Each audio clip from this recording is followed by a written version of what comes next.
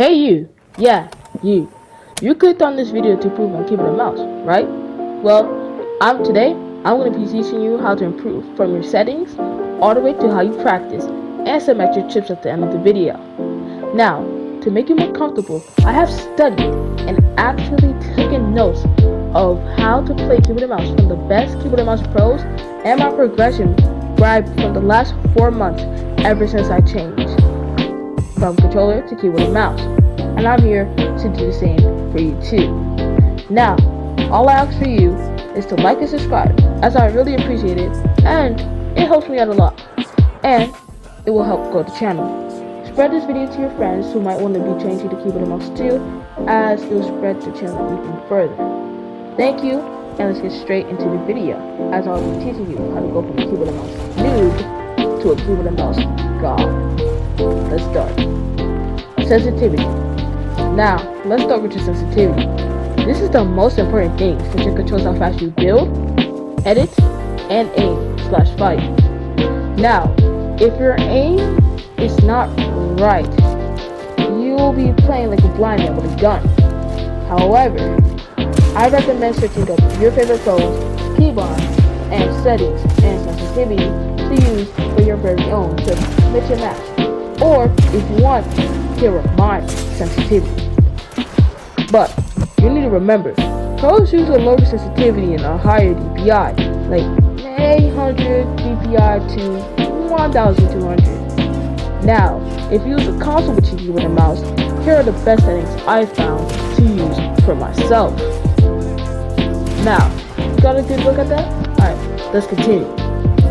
Now, to make sure your sensitivity is just right, you're gonna want to move your mouse from one side of the mouse pad to the complete other, and the reason is it should turn roughly 1 or 2 times in a 360-degree turn. If it doesn't do that, change it until it does that 1 or 2 times 360-degree turn, and that's saying no. It will be perfect for your size mouse pad, depending on if you use a large one or a small one. Now, all I gotta say is, if you play on a lower sensitivity, you should invest in arm sleeves.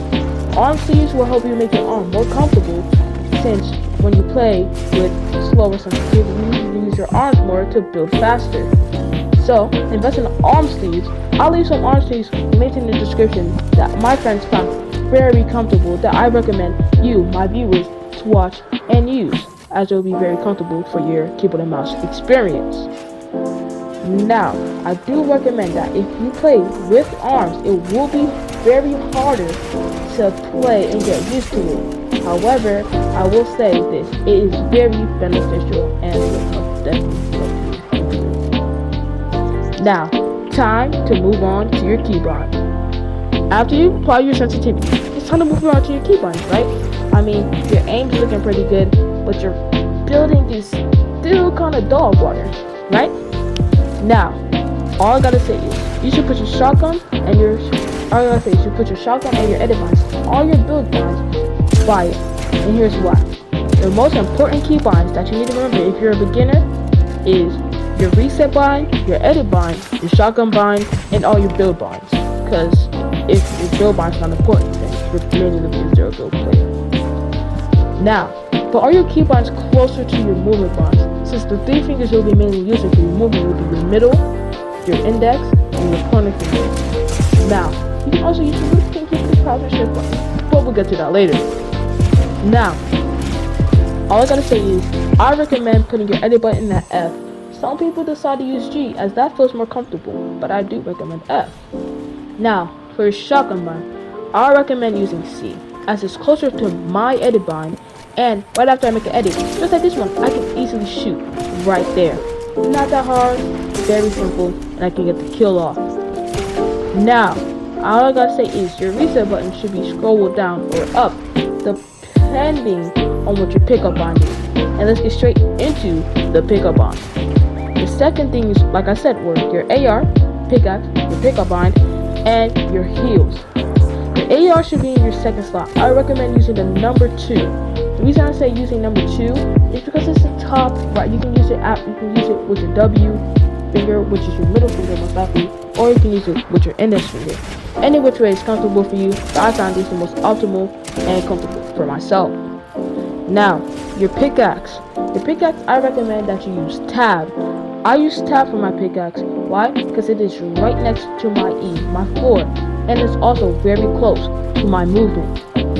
Now, depending on which your movement button is, WASD or arrow keys, because some people still use arrow keys, depending on how you play, either if you're righty or lefty.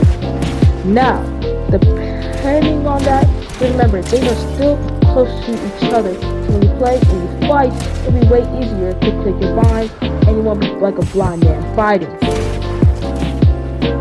Now, let's continue.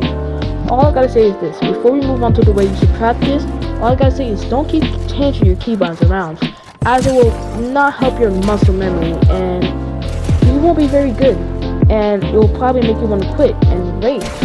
And if you want to improve, just remember, stick to what you got right now, change it later on if you really need to. Or, if you don't like the settings I just gave you, just change it yourself. Like I said, recommend using pro players keybinds, or just search it up on YouTube. You can find like dozens of other videos like this one right here. But don't leave yet. Just stay and watch my video. I need the views, please. Now, let's move on to how to practice. Now, when it comes down to practice, you should use Clix Aim Trainer in Fortnite if you don't have a PC. But you can also use it if you have a PC. Let me explain why. Aim trainers in-game help you improve your in-game sensitivity.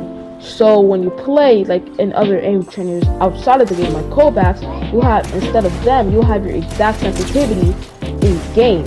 So it will help you improve your sensitivity muscle memory, and then also it will just make it way better in your final process of keyboard and mouse. Now, I also recommend to you to watch and use Viben and Jiven's how to build videos on keyboard and mouse. This helps me learn more basic steps that I didn't even know of when I was on controller. And when I implement it into my gameplay, now in my practice, yeah, I feel pretty good. And honestly, sometimes when I be build finding kids, I tell myself, yo, who am I? I was not this guy a couple of months ago. Heck, a couple of years ago. Now, let's continue. I recommend using Raiders Practice Map, as it can also help you with your editing and your piece control, as piece control will be very needed, not only just for that, but it will just be mainly needed for competitive if you want to be going into some tournaments later on in your keyboard and mouse journey, or just your Fortnite career in general. Now, if you are just watching this video because you're not thinking about switching keyboard and mouse, I will say this practice is still good for controller players, as it will help you build more of a skill level when you be playing. So if you're still a controller player, yes, you can still use this training method. Now, I also recommend the tutorials map. I'll be putting the codes linked in the description. And also I recommend Kenbean's map. And then also I do recommend Infinite Zone Wars on Viben and Jiven and Jerry. Okay. Now, good routine should start with your aiming, as this will be the main thing you'll be using, and also will be helping you build your arm sense and everything else that you need. Now, anything else, I would say do some fighting maps after you practice your aim, and then after that, practice your free build. After you practice your free build, go play some 1v1s, like do you 1v1 release?